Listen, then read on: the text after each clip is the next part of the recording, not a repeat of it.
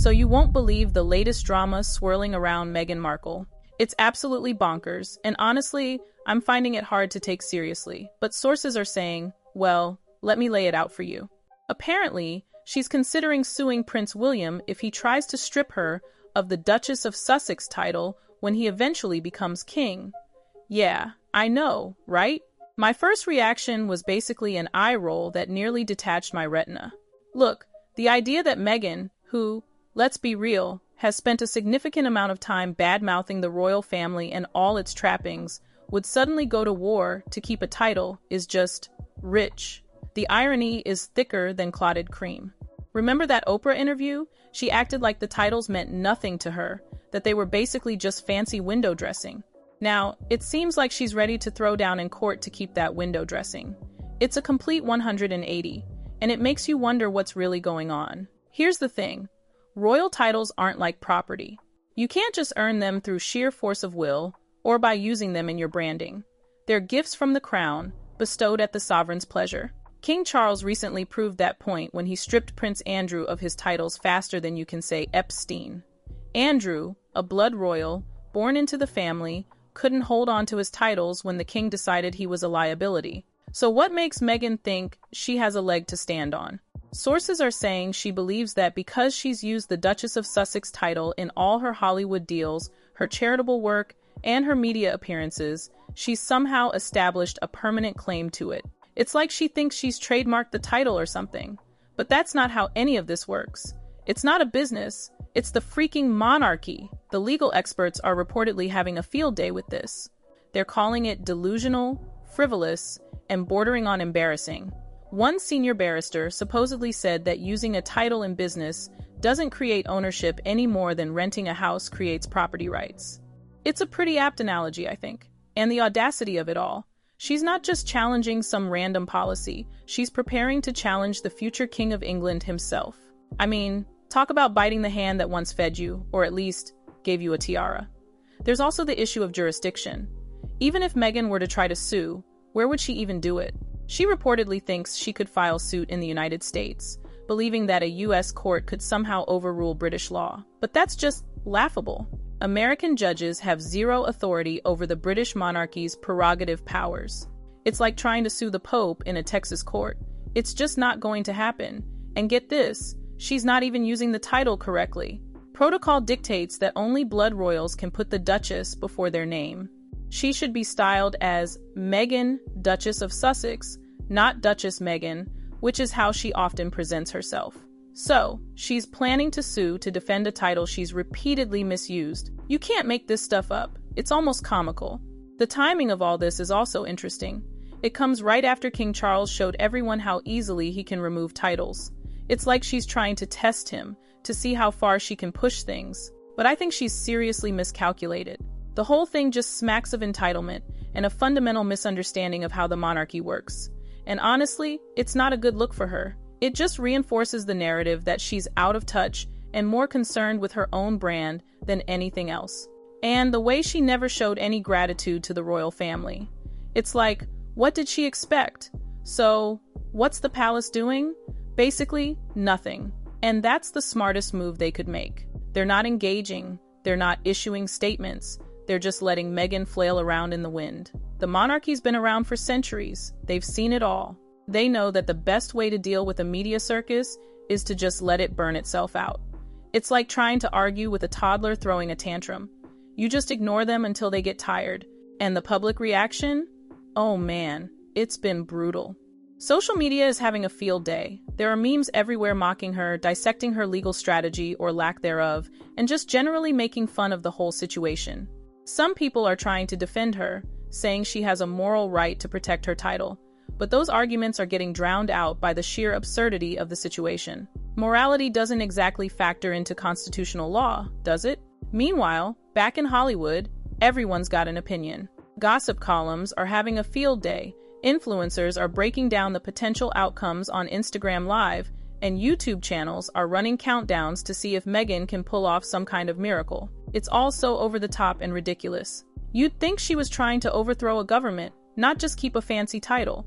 The legal community in the UK? They're not laughing. They're just shaking their heads in disbelief.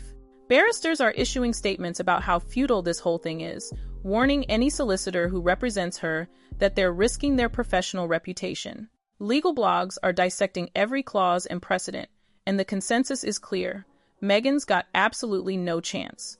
But apparently, inside the Sussex camp, things are still delusional. Sources are saying Meghan remains unshaken, and her staff is trying to convince her that all the media attention is a sign that the palace is nervous.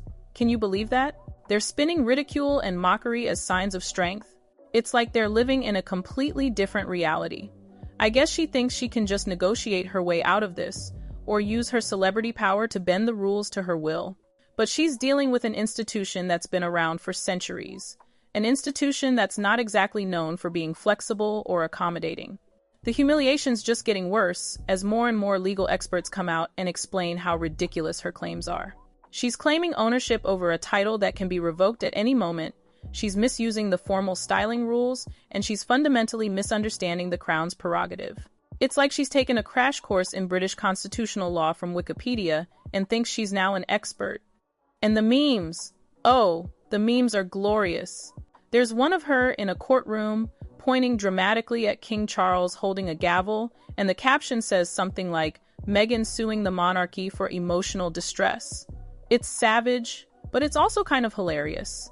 As this whole thing drags on, you can just imagine Meghan getting more and more frustrated. She probably thought she could just throw her weight around and the palace would cave. But they're not caving, they're not even flinching.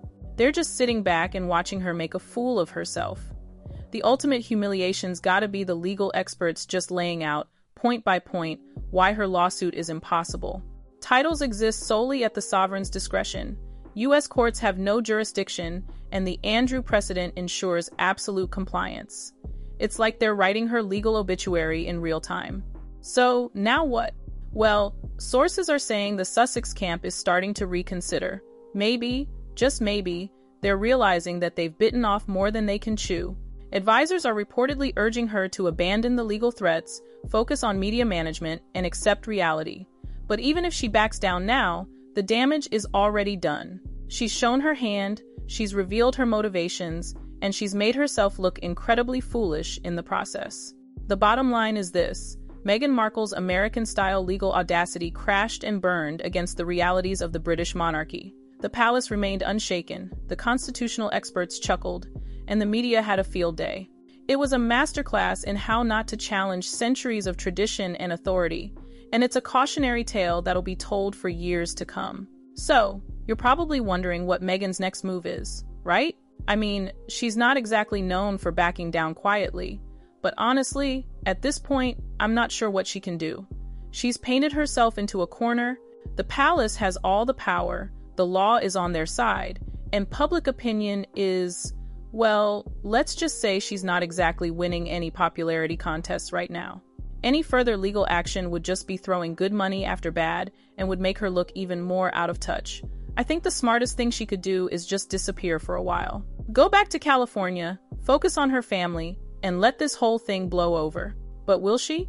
That's the million-dollar question.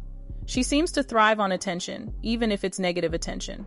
There's a part of me that thinks she might try to spin this as some kind of victory, even though she's clearly lost. You know, something like, "I stood up to the monarchy and showed them that they can't push me around, but I don't think anyone's going to buy it. The facts are the facts. She threatened to sue, she got laughed at, and now she's got nothing to show for it but a bruised ego and a whole lot of bad press. And what about Harry in all of this? He's been awfully quiet, hasn't he? I can't imagine he's thrilled about any of this. He's stuck between his wife and his family, and that's not a comfortable place to be. You gotta wonder if he's secretly wishing they'd just stayed in the UK and played by the rules. I mean, sure, they had their complaints, but at least they had titles and a place in the royal family. Now, they're just celebrities with a whole lot of drama. Here's the thing I keep coming back to. This whole mess could have been avoided. If Meghan had just been a little more respectful, a little more understanding of British traditions, and a little less focused on her own brand, she could have had it all. She could have been a beloved member of the royal family, using her platform to do good in the world. But instead, she chose to pick a fight with an institution that's been around for centuries, and she lost. Big time. It's a shame, really. She had so much potential, and she threw it all away. And for what? A title? Some media attention? It just doesn't seem worth it. I honestly think she's surrounded by people who are telling her what she wants to hear, not what she needs to hear. They're probably all afraid of crossing her, so they just nod and agree with whatever crazy idea she comes up with. That's a dangerous position to be in, especially when you're dealing with something as complex as the British monarchy. I wouldn't be surprised if we see some staff shakeups in the Sussex camp in the coming months. Heads are gonna roll, that's for sure. Someone's gonna have to take the fall for this whole fiasco. And what about the future of the monarchy? Does this whole thing damage the royal family's reputation? I don't think so. They've weathered far worse storms than this. The monarchy is a resilient institution. It's been around for centuries, and it'll probably be around for centuries to come, no matter what Meghan Markle does. If anything, this whole thing might actually strengthen the monarchy. It's shown that they're not afraid to stand their ground, that they're not going to be bullied by anyone, not even a former actress from Hollywood. It's a reminder that the crown is still the crown, and no one's bigger than the institution. So, yeah, it's been a wild ride, hasn't it? But I think we're finally nearing the end of this particular chapter in the Meghan Markle saga. And I gotta say, I'm ready for it to be over. I'm tired of hearing about titles and lawsuits and royal drama. I just want everyone to move on and find something more productive to do with their time. But knowing Meghan, I doubt that's going to happen anytime soon. There's always another headline waiting to be written.